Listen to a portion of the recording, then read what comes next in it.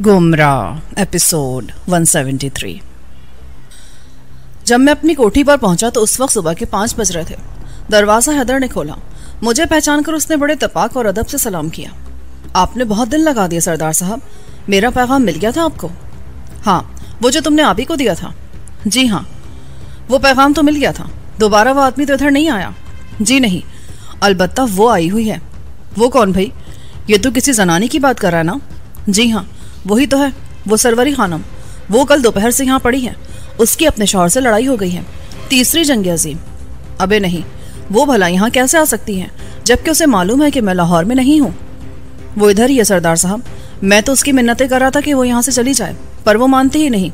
चलो, ये भी अच्छा हुआ। कुछ खिलाया पिलाया भी है उसे कि नहीं? बहुत जी, ढेरों फल लाकर रख दी उसके सामने। तेरा भी जवाब नहीं है हैदर। तेरी टांग इसीलिए सीधी नहीं रह सकी कि तू हर काम में जल्दी करता है। अब हम इमारत के करीब जा पहुंचे थे।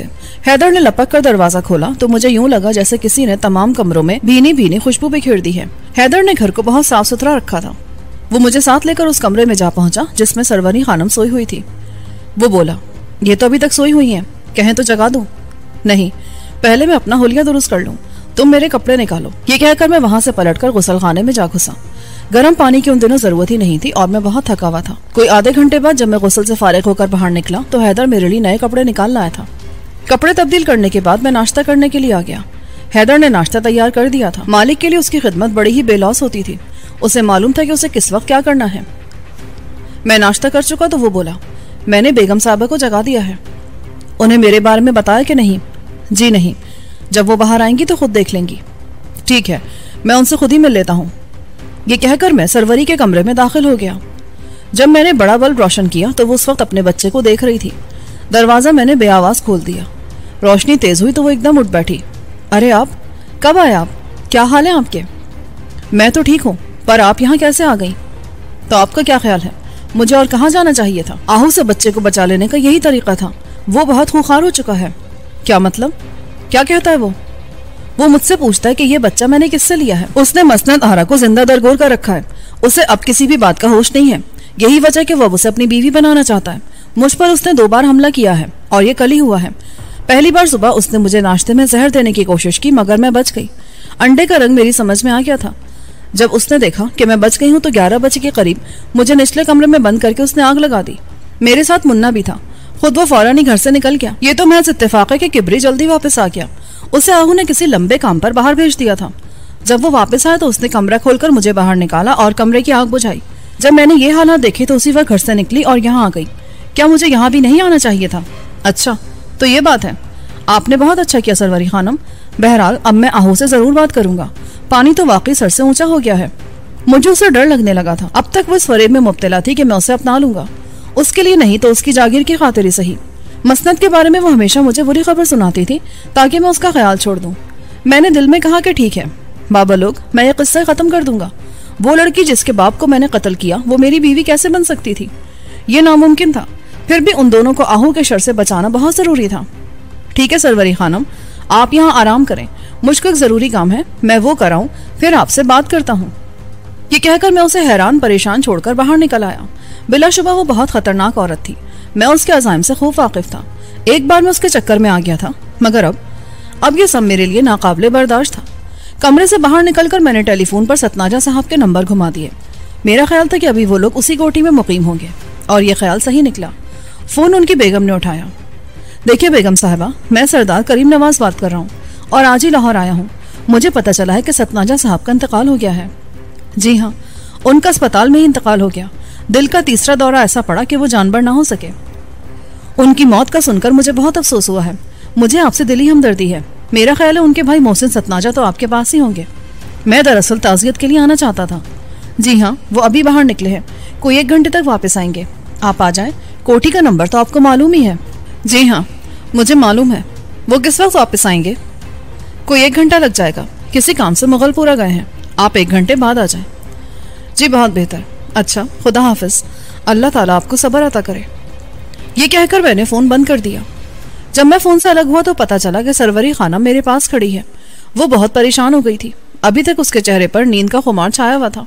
लगता था उसने गहरी नींद दी है और ये बात मेरे लिए हैरत का बायस थी। एक औरत जो अपने शौहर की नजरों से गिर चुकी हो, उसे नींद कैसे आ जाती है? जिसका सारा माजी अंधेरे में गुम हो चुका हो, जिसका हाल भी बेयकीनी का शिकार हो और जिसके मुस्तकबिल का भी कोई पता ना हो, ऐसी औरत की आंख कैसे लग सकती है? ये बात मेरी समझ में नहीं आ रही थी। मेरे जहन में तरह तरह के शकूक उभरने लगे। मेरा ख्याल था कि वो मुझसे झूठ बोल रही है। आहू ऐसा अहमक तो कभी भी नहीं था। वो सरवरी को कैसे कत्ल कर देता, जबकि उसको एक बच्चे की तमन्ना खुद भी बहुत ज्यादा थी। ऐसा आदमी तो चाहेगा कि उसके यहाँ एक बच्चा हो जिसे वो अपना मुंतबा बना सकता था। जागीर पर अपना कब्जा कायम रखने के लिए वो यही चाहता था। वो सरवरी पर कैसे हमला कर सकता था? ये मामला मेरी समझ में नहीं आ रहा था। ऐन मुमकिन है ये औरत झूठ बोल रही हो, महज ड्रामा कर रही हो। आहू घर नहीं होगा तो ये किसी वजह से उठकर मेरे यहाँ चली आई, हालांकि उसे मालूम था कि मैं घर पर नहीं हूँ। फिर भी ओ हैदर, अबे तू कोई काम सही भी कर लिया कर।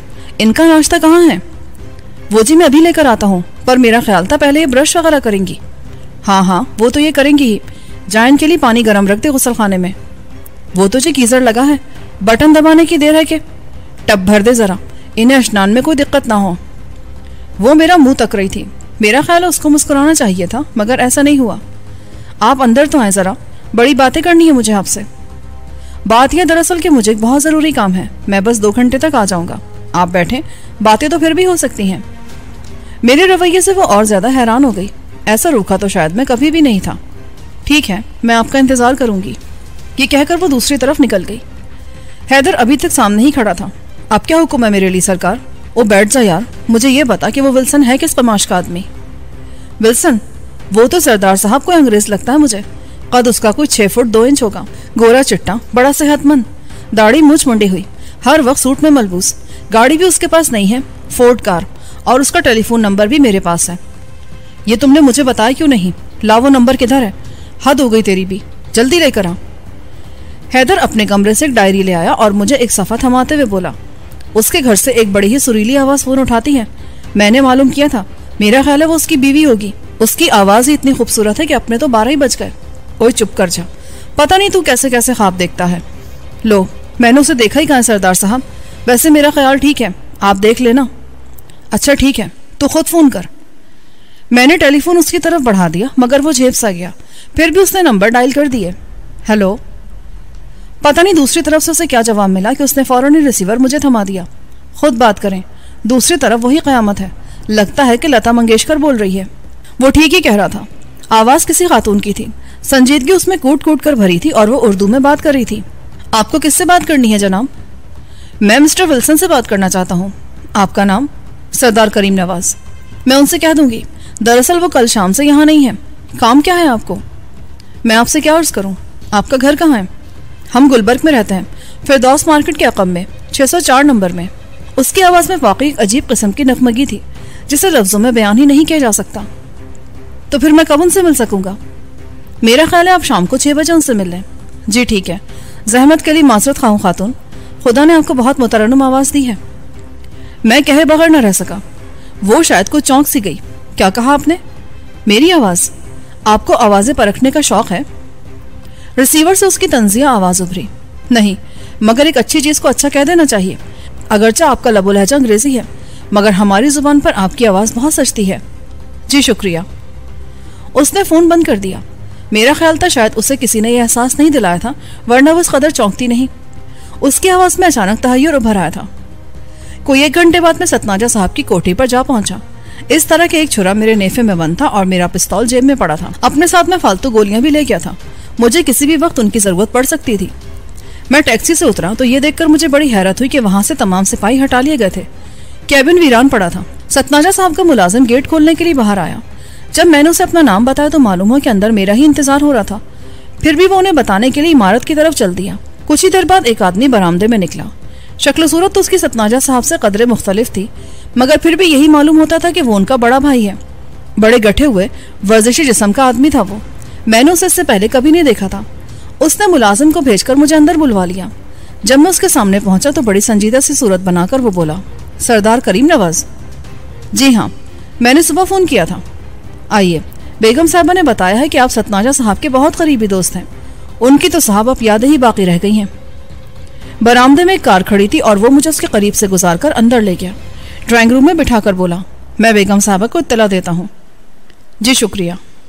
वो बाहर निकला तो मैंने सारी सूरत हाल का जायजा लिया। मैं उस आदमी को वहां से उठा लेना चाहता था। वो मलिक अशरफ का साथी था।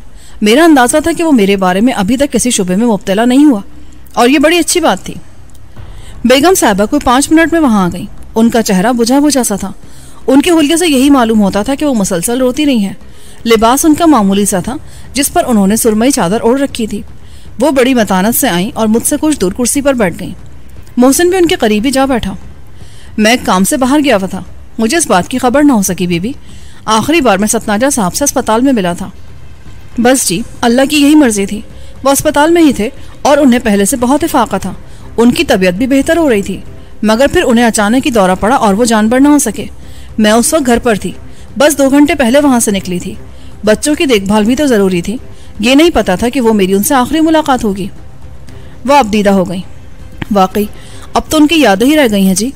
कुछ आपको पता है कि उनके जिस्म पर वो निशान कैसे थे? जैसे किसी ने चाबुक से पीटा हो। मैं तो अब तक कुछ नहीं समझ सका। मोहसिन ने कहा, मैं कुछ कह नहीं सकता। आपने वो निशान देखे थे? जी हाँ, गुस्ले मैयत के वक्त मैं पास ही खड़ा था। बड़े निशान थे उनके जिस्म पर। आपने किसी से पूछा होता? पूछा तो था, मगर किसी ने मुझे बताया ही नहीं।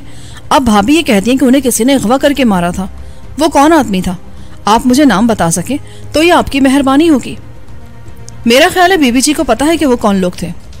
जी नहीं, मुझे सतनाजा साहब ने कुछ नहीं बताया, और फिर पुलिस के भी किसी आदमी को इल्म नहीं है। जिन लोगों को वो उस रोज यहाँ लाए थे वो भी कोई 4-5 घंटे बाद यहाँ से चले गए। मैं उनसे कोई बात नहीं कर सकी। चले दफा करें, उनका काम ही ऐसा था। ऊंच नीच तो ऐसे कामों में हो ही जाती है। लानत भेजें, आप मालूम करके क्या कर लेंगे? आए पहले दुआ मांग लें। हम सब ने दुआ मांगी और फिर आमीन कहकर हमने हाथ छोड़ दिए। बेगम साहिबा ने मुझसे इस बारे में ज्यादा तारुज़ नहीं किया। मेरा ख्याल है कि उन्हें सब कुछ मालूम था, मगर वो इस बात को मोहसिन से छुपा लेना चाहती थी। वजह पता नहीं क्या थी। बेगम साहिबा कमरे से बाहर गईं तो मोहसिन बोला, मैं आपके लिए चाय मंगवाता हूँ। जी नहीं, आपकी बड़ी मेहरबानी होगी अगर आप मुझे अपनी गाड़ी में ड्रॉप कर दें। मुझे गुलबर्ग पहुंचना है। इसमें हर्जी क्या है? चलिए मैं आपको छोड़ देता हूँ। मैं उसके साथ ही बरामदे में निकल आया। जब हम गाड़ी में बैठे तो वो बोला, मेरा ख्याल है आपको मालूम होगा कि वो कौन लोग थे। वो बदतरीन सजा के मुस्तहक हैं। मैं पिछली सीट पर बैठा हुआ अकबनुमा में देख रहा था। मालूम ये होता था कि वो चैन से बैठने वाला सुस्त और काहिल आदमी नहीं है। मैं उसे उन लोगों के बारे में बता देता तो शायद वो किसी और रुख से उन्हें ज़िक्र पहुंचाता, मगर असल आदमी तो अब यहाँ नहीं रह गया था। मैं किसे मुर्द इल्जाम ठहराता, पर मेरा अंदाजा यही था कि उसे बहुत ज्यादा गुस्सा है। कार जब मेरी कोठी के सामने पहुंची तो मैंने उसे रोक लिया। मैं यहीं रहता हूँ मोहसिन साहब, आप कुछ चाय वगैरह पीकर जाएं, मैं दरवाज़ा खुलवाता हूँ। नहीं, मेरा ख्याल है मुझे देर हो जाएगी। भाभी घर में अकेली होंगी, कोई ना हो तो वो फिर रोना शुरू कर देती हैं। अरे ऐसी भी क्या जल्दी, आए तो सही। ये कहकर मैंने घंटी बजा दी। हैदर को 3 मिनट में वहां पहुंच गया और मोहसिन ने गाड़ी ले जाकर पोर्च में खड़ी कर दी। हम जाकर ड्राइंग रूम में बैठ गए। वो उस कोठी की ज़ेबाइश देखकर हैरान हो रहा था। ये आपकी अपनी कोठी है? जी हाँ, ये मेरा ही गरीब खाना है। सतनाजा साहब मेरे ही साथ थे जब ये कोठी मैंने खरीदी। वो बेचारे खुद सौदा करवाने में पेश थे। ओए हैदर, जरा देख अंदर कोई ठंडा भी रखा है कि नहीं, या फिर इनके लिए चाय बना दे। ऐसा भी क्या तकल्लुफ है, मेरा इरादा बस अब जाने का है। जी नहीं, चाय तो आप जरूर लेंगे जनाब मोहसिन साहब, आप भी सतनाजा कहलाते हैं। मुझे तो ये शौक नहीं है, फिर भी लोग क्या ही देते हैं। ऐसे नामों में भला क्या रखा है मोहतरम? आदमी की जात तो पैसा होकर रह गई है, सिर्फ पैसा है कि नहीं? ये बात तो आपने बिल्कुल ठीक कही मोहसिन साहब।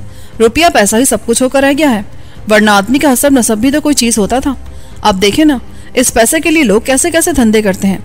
कोई वापडा का ठेका लेता है तो कोई नहरों का, है कि नहीं? जी हाँ, ये तो है। मैं भी दरअसल ठेकेदारी ही करता हूँ, मगर आजकल हम एक जबरदस्त मुसीबत में फंस गए हैं। हमने केरल के करीब उधर पहाड़ियों में एक नहर का ठेका ले रखा था, मगर कल सुबह मालूम हुआ कि वहां से डाकुओं ने तमाम मजदूरों को अगवा कर लिया है। हमारे सिपाही भी उनके हत्थे चढ़ गए। पता नहीं वो कौन लोग हैं। पुलिस उनका पीछा तो कर रही है, मगर अभी तक सही आदमियों तक वो पहुंच नहीं सकी है। ये पहला मौका है कि किसी ने हम पर यूं हाथ डाला है। अच्छा, ये कैसे हो गया? मैंने तो ऐसा कभी नहीं सुना कि सारी लेबर ही अगवा हो गई। कुछ औरतें भी उनके साथ थी क्या? जी हाँ, दरअसल केरल के करीब हमने कालीन बाफी का कारखाना भी शुरू कर रखा है। हमारे एक दोस्त हैं असगर अली, वो इससे बहुत नफा कमाते हैं। कुछ इसमें हमारा भी हिस्सा है, मगर वो डाकू उन सबको हाँक कर ले गए। समझ में नहीं आया कि ये हुआ कैसे। मैं तो भाईजान के इंतकाल की वजह से घर में बंधा हुआ हूँ, वरना मैं खुद मालूम कर लेता कि ये हुआ क्या है। ये तो बड़ी लर्ज़ाखेज़ खबर सुनाई है आपने। आखिर वो कौन लोग थे मोहसिन साहब? कुछ अंदाजा तो होगा आपको। मैं कुछ कह नहीं सकता। मेरा ख्याल है कि ये सब कुछ कारोबारी रकाबत की वजह से हुआ है। एक और पार्टी दरअसल ये ठेका लेना चाहती थी, सरफराज हुसैन एंड कंपनी वाले। ये गुजरांवाला की पार्टी है, मगर ठेका हमें मिल गया क्योंकि हमारे रेट कम थे। मेरा अंदाजा है कि सब कुछ उन्हीं लोगों ने किया है। ये सरफराज हुसैन वाले कौन है? करोड़पति लोग हैं जी, मगर ये अपनी अपनी किस्मत है ना कि ठेका हमें मिल गया। उफ, ये वर्जिश भी बड़ी खराब चीज है।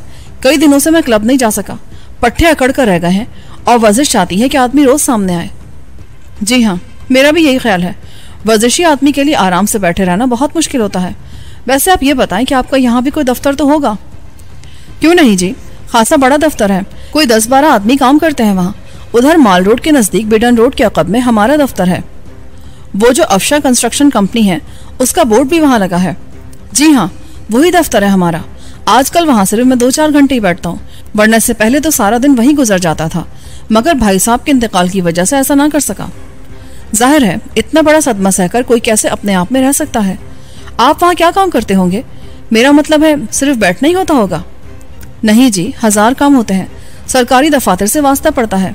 देखे ना, आपका खुदा भला करे, हमारे 1 करोड़ 80 लाख रुपए के बिल फंसे हैं वहाँ। उसमें वापडा वाले भी हैं और महकमा अनहार वाले भी। क्या मतलब है आपका? क्या कहते हैं वो लोग? कुछ नहीं जी, बस पत्ती मांगते हैं वो, 20% पत्ती। और अल्लाह जानता है हमें कुछ भी नहीं बचता, सब कुछ लेबर ले जाती है। उसका रेट सुनकर आप हैरान रह जाएंगे। 40 रुपए फी आदमी ले जाता है रोज के। फिर उनका खाना पीना, ओढ़ना बिछोना हमारे जिम्मे। वो बीमार हो तो उनकी दवा दारू अलग करो।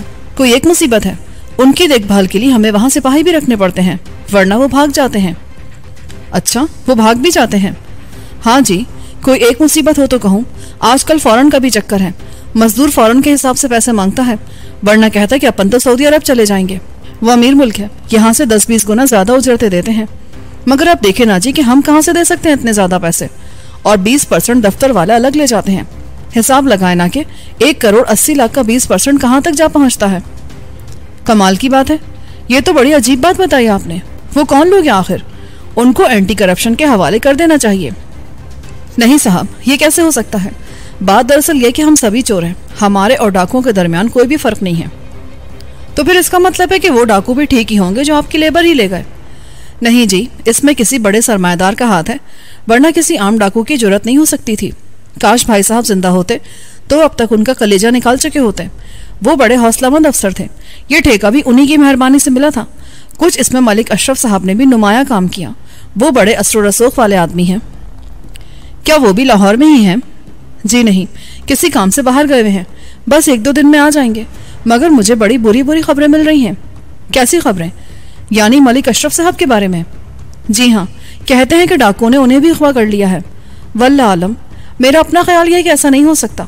वो बड़े रोबो दबदबे के मालिक हैं कि नहीं? जरूर है जी, इसमें किसे शुबा हो सकता है। बात कुछ ज्यादा ही पुरलुत्फ हो गई थी और मैं अपने मकसद के ज्यादा करीब पहुंच गया था। इतने में हैदर हमारे लिए कोल्ड ड्रिंक्स ले आया। हमने अपना अपना ग्लास उठा लिया। मोहसिन की बात करने का अंदाज मुझे पसंद आया था। हैदर वहां से जाने लगा तो मैंने उससे कह दिया कि वो चाय भी बना कर ले आए। आपसे मिलकर मुझे दिली खुशी हुई मोहसिन साहब। आप बड़े पते की बात करते हैं और आपका तजुर्बा बहुत वसी है। जी शुक्रिया। दरअसल ये सब कुछ भाई साहब की तरबियत का नतीजा है, वरना मैं तो कुछ भी नहीं। ठेकेदारी बहुत ही मुश्किल काम है। हाँ ये तो है, और मेहनत के बगैर रुपया कहाँ कमाया जा सकता है। वैसे मुझे ये बताएं कि आपके बिल कहाँ फंसे हैं? क्या बताऊं जी, 2 बिल तो वापडा के पास है, एक 80 लाख का और दूसरा 20 लाख का। वहाँ XCN कोई नया आ गया है, उसने फड्डा डाल दिया है क्योंकि उसको तुम कमीशन नहीं दे सके थे। वो जो पहले वाला था वो अब तब्दील हो गया है। ये साहब अपना हिस्सा मांगते हैं, बस सारा झगड़ा इसी पर है।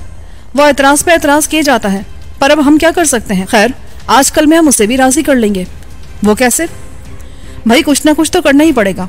20 तो खैर नहीं, अलबत्ता 5% तो दे ही देंगे। बात करने का अंदाज उसका ऐसा था जैसे वो कोई बहुत बड़ा साहूकार और खरा कारोबारी हो। और बाकी बिल कहाँ है? वो तो खैर पास हो गए हैं, शायद कल तक चेक मिल जाए। एक 35 लाख का है और दूसरा 45 लाख का। कल तक मिल जाएंगे। इन चेकों का क्या करते हैं आप? मेरा मतलब है सरकारी खजाने से लेते होंगे। जी हाँ, अपने हिसाब में जमा करवा देते हैं और वो आप ही कैश हो जाता है।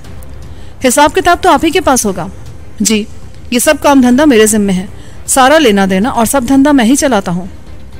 हाँ क्यों नहीं, आपका तजुर्बा भी तो बहुत ज्यादा है। ऐसे कामों के लिए कोई चलते पुरजा किस्म के आदमी की जरूरत होती है कि नहीं? जी हाँ, कुछ दाल दलिया कर ही लेता हूँ मैं। वरना मलिक अशरफ वगैरह जैसे लोग ये काम नहीं कर सकते। असगर साहब भी बस यूं ही से हैं, उन्हें तो बस अय्याशी से ही फुर्सत नहीं। हाँ ये तो है। वैसे आपसे मिलकर मुझे दिली मुसरत हुई है सरदार साहब। आपका इखलाक और खुलूस देखकर मुझे भाई साहब की अदा पसंद आई कि वो हमेशा मुखलिस लोगों से ताल्लुकात बढ़ाते थे। जी हाँ, ये खूबी तो उनमें थी। वैसे क्या ख्याल है, आज मैं आपके साथ ना चलूं? देखता हूँ कितने लंबे चौड़े चाय कैसे होते हैं और इन दफ्तरों में क्या होता है, कुछ मुझे भी तजुर्बा हो जाएगा। हाँ हाँ क्यों नहीं, आप भाई साहब के दोस्त थे तो मेरे भी दोस्त हैं। ज़रूर चलें, अभी तो ज़्यादा वक्त नहीं हुआ। तो फिर चलें, दोपहर का खाना हम इधर ही खाएंगे। मैं हैदर से कह देता हूँ, मेरी एक अजीज़ा भी आई हुई हैं, वो भी उसकी मदद करेंगी। क्या आपकी शादी नहीं हुई अभी? जी नहीं, फुर्सत ही नहीं मिली। आइए, कहीं देर ना हो जाए। वैसे इन 2 बिलों का कमीशन आपने उनको दे दिया होगा? जी हाँ, इससे तो हम फारिग हो गए, सब लोगों को भुगता दिया है हमने। यूं ही बातें करते हुए हम गाड़ी की तरफ चल दिए तो दूसरे कमरे में शीशे के पीछे से सरवरी खानम हमें बड़े गौर से देख रही थी। मोहसिन उसे देखकर एकदम रुक गया, उसकी आंखें हैरत से फैल गईं। किसी बात का ध्यान दिए बगैर वो सीधा शीशे के सामने जा ठहरा तो सरवरी ने फौरन मुंह फेर लिया। मोहसिन को शायद अपनी गलती का एहसास हो चुका था। वो मेरी तरफ पलटा। ये शेरदिल आहू की बेगम यहाँ क्या कर रही हैं? आपकी अजीज़ा हैं ये? जी हाँ, ये कल से आई हुई हैं। आप कब से जानते हैं इन्हें? मैं भाई साहब के साथ अक्सर इनके घर जाता रहा हूँ। हैरत है, आपका जिक्र उन्होंने कभी नहीं किया। मेरा जिक्र तो आपसे सतनाजा साहब ने भी कभी नहीं किया होगा। इसी असना में सरवरी बेगम अपने कमरे में चली गई थी। ये भी ठीक कहा आपने, मेरा ख्याल है आहू साहब भी यहाँ आते होंगे। कभी कभार आ ही जाते हैं, मेरे दोस्त भी हैं और अजीज भी। आए चलें, देर हो जाएगी। हाँ चलें। ये कहकर वो तेज तेज कदम उठाता बरामदे में निकल गया। जब हम राबता के ऑफिस पहुंचे तो उस वक्त दिन के 11 बज रहे थे। मोहसिन मुझे साथ लेकर अंदर चला गया। उसका ख्याल ठीक ही निकला। चेक तैयार थे, एक 45 लाख का और दूसरा 32 लाख का। 3 लाख उन्होंने किसी वजह से काट लिया था और इसका मोहसिन को पहले से इल्म था। दोनों चेक लेकर हम उसी वक्त बैंक चले गए और मोहसिन ने उन्हें कंपनी के हिसाब में जमा करा दिया। मेरा ख्याल है कि बैंक से सारा लेन देन आप ही करते होंगे। जी नहीं, चेक मेरे और हाजी अब्दुल सत्तार के दस्तखतों से बैंक में जाते हैं। रकम जमा करवाने के लिए कोई भी आ सकता है। चलें, ये अच्छा है। दरअसल कारोबार ही से जिंदगी बनती है, वरना इधर उधर मुलाजमतों में तो बड़ी जिल्लत है। जी बिल्कुल, चले मैं आपको अपना दफ्तर दिखाता हूँ। ज़रूर, ये तो बड़ी खुशी की बात है कि आपसे मुलाकात हो गई। कुछ ही देर बाद हम अफशा कंस्ट्रक्शन कंपनी के दफ्तर जा पहुंचे। एक 4 मंजिला इमारत के निचले हिस्से में उनका दफ्तर था। मोहसिन वहां दाखिल हुआ तो कमरे में मौजूद 4 आदमी खड़े हो गए, मगर मोहसिन ने कोई तवज्जो ना दी और सीधा अपने कमरे में जा घुसा। बैठे सरदार साहब, यह है मेरा दफ्तर। शब्बीर, जरा इधर तो आना। उसने चपरासी को आवाज दी। कमरा वाकई बहुत उम्दा तरीके से सजा हुआ था। सोफे बड़े आरामदेह थे।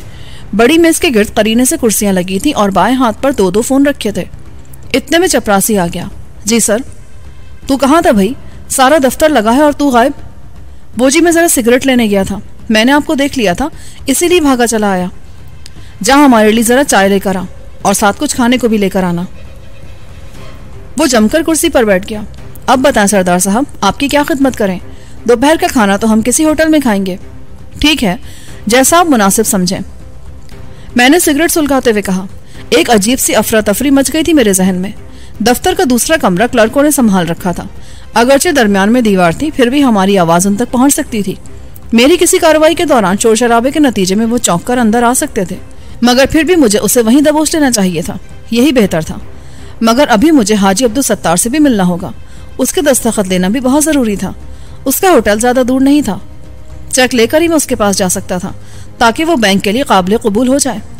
शब्बीर चाय और बिस्किट हमारे सामने रखकर बाहर निकला तो मैंने चाय पर तवज्जो देने के बजाय मोहसिन से कहा, ये देख रहे हैं आप, इसमें साइलेंसर लगा है, आवाज बिल्कुल पैदा नहीं करता। अगर आपको अपनी जिंदगी प्यारी है तो अपने हाथ ऊपर उठा लें, यही बेहतर होगा। ये क्या मतलब है आपका? उसका मुंह हैरत से खुल गया। आपकी आवाज बिल्कुल नहीं निकलनी चाहिए। ये कहते हुए मैंने उसका बाया बाजू खींचकर कमर से लगा दिया। ये क्या करें आप? देखिए, मुझे ऐसा मजाक बिल्कुल पसंद नहीं है। ये मजाक नहीं है मोहसिन साहब, मैं बहुत संजीदा हूँ। इस दराज से चेक बुक निकालें और इस पर 1 करोड़ रुपए का चेक लिख दे। ये ले। मैंने उसकी दराज खींचकर बाहर निकाली और पूरी की पूरी मेज पर रख दी। ये सरासर ज्यादती है आपकी। कोई बात नहीं, जिस काम पर आपका कुछ भी खर्च नहीं होता, जिसकी कंपनी के मजदूर बेगार करते हैं और नहर भी खुद रही है, उसे ऐसे चेक लिख देने चाहिए। आप समझ नहीं रहे हैं, हम ऐसी धांधली बर्दाश्त नहीं कर सकते। कोई बात नहीं, आप कह दें कि आपसे पिस्तौल की नाल पर चेक लिखवाया गया था। जल्दी करें, मुझे और भी बहुत से काम हैं। मैं आपके दस्तखत भी देख चुका हूँ, जल्दी करें। उसका रंग पीला पड़ गया। उसने बड़ी ही बेदिली से चेकबुक सामने रखी। 1 करोड़ रुपए का चेक लिख दे, न 1 पाई कम न ज्यादा। और फिर आप मुझे गोली मार देंगे। नहीं नहीं, ऐसा नहीं होगा। मैं आपको तकलीफ देना नहीं चाहता, बस जल्दी करें।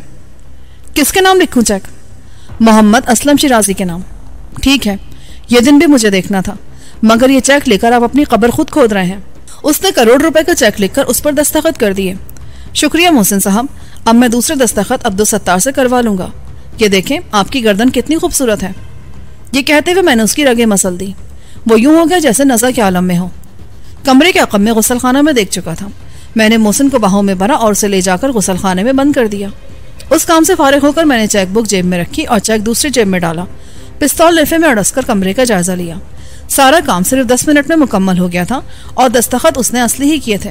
मैंने उसे बैंक में दस्तखत करते देख लिया था। इस तरफ से मुतमईन होकर मैंने दरवाजा बाहर से बंद किया और तेज तेज कदम उठाता दफ्तर से निकल गया। चपरासी उस वक्त दरवाजे पर मौजूद नहीं था। उसे कहीं अलग बैठकर गपशप लगाने की आदत थी और ये अच्छी बात थी। कोई भला कब तक बंद दरवाजे के सामने खड़ा रह सकता है, और वो उसको तनख्वाह भी क्या देते होंगे। वैसे ये भी अच्छा था कि दफ्तर में से किसी आदमी ने अंदर नहीं झांका था, वरना गड़बड़ हो सकती थी। गोली चलाना मेरे लिए कुछ मुश्किल नहीं था, मगर मैं किसी बेगुनाह को नहीं मारना चाहता था। पता नहीं क्या बात थी, तो ये मेरा दिल नहीं चाहता था कि मैं किसी पर हाथ उठाऊं। दरअसल मेरे दिल में अपने हाथ के करिश्मे की बदौलत जो पाकिज़गी की तहारत का एहसास जाग उठा था, उसकी वजह से मेरा दिल अब यही चाहता था कि मैं वो धंधा छोड़ दूं और किसी और तरफ निकल जाऊं। उस दिन भी मेरे साथ यही हुआ। मोहसिन गुसलखाने से सही सलामत बाहर आ जाएगा, मगर जब तक वो कोई बयान देने के काबिल होगा, मैं उसे किसी न किसी तरह गिरफ्तार करवा दूंगा कि नहर के ठेके में जितने भी हिस्सेदार थे, मेरा जाती ख्याल यह था कि वो सबके सब बड़े साहब के दुश्मन थे और उनका किला कमा करने की तदबीर मैंने सोच ली थी। एक इस चेक का टंटा खत्म हो जाता तो फिर मैं इस तरफ तवज्जो देता। मैं तन्हा आदमी भला कहाँ कहाँ जा सकता था।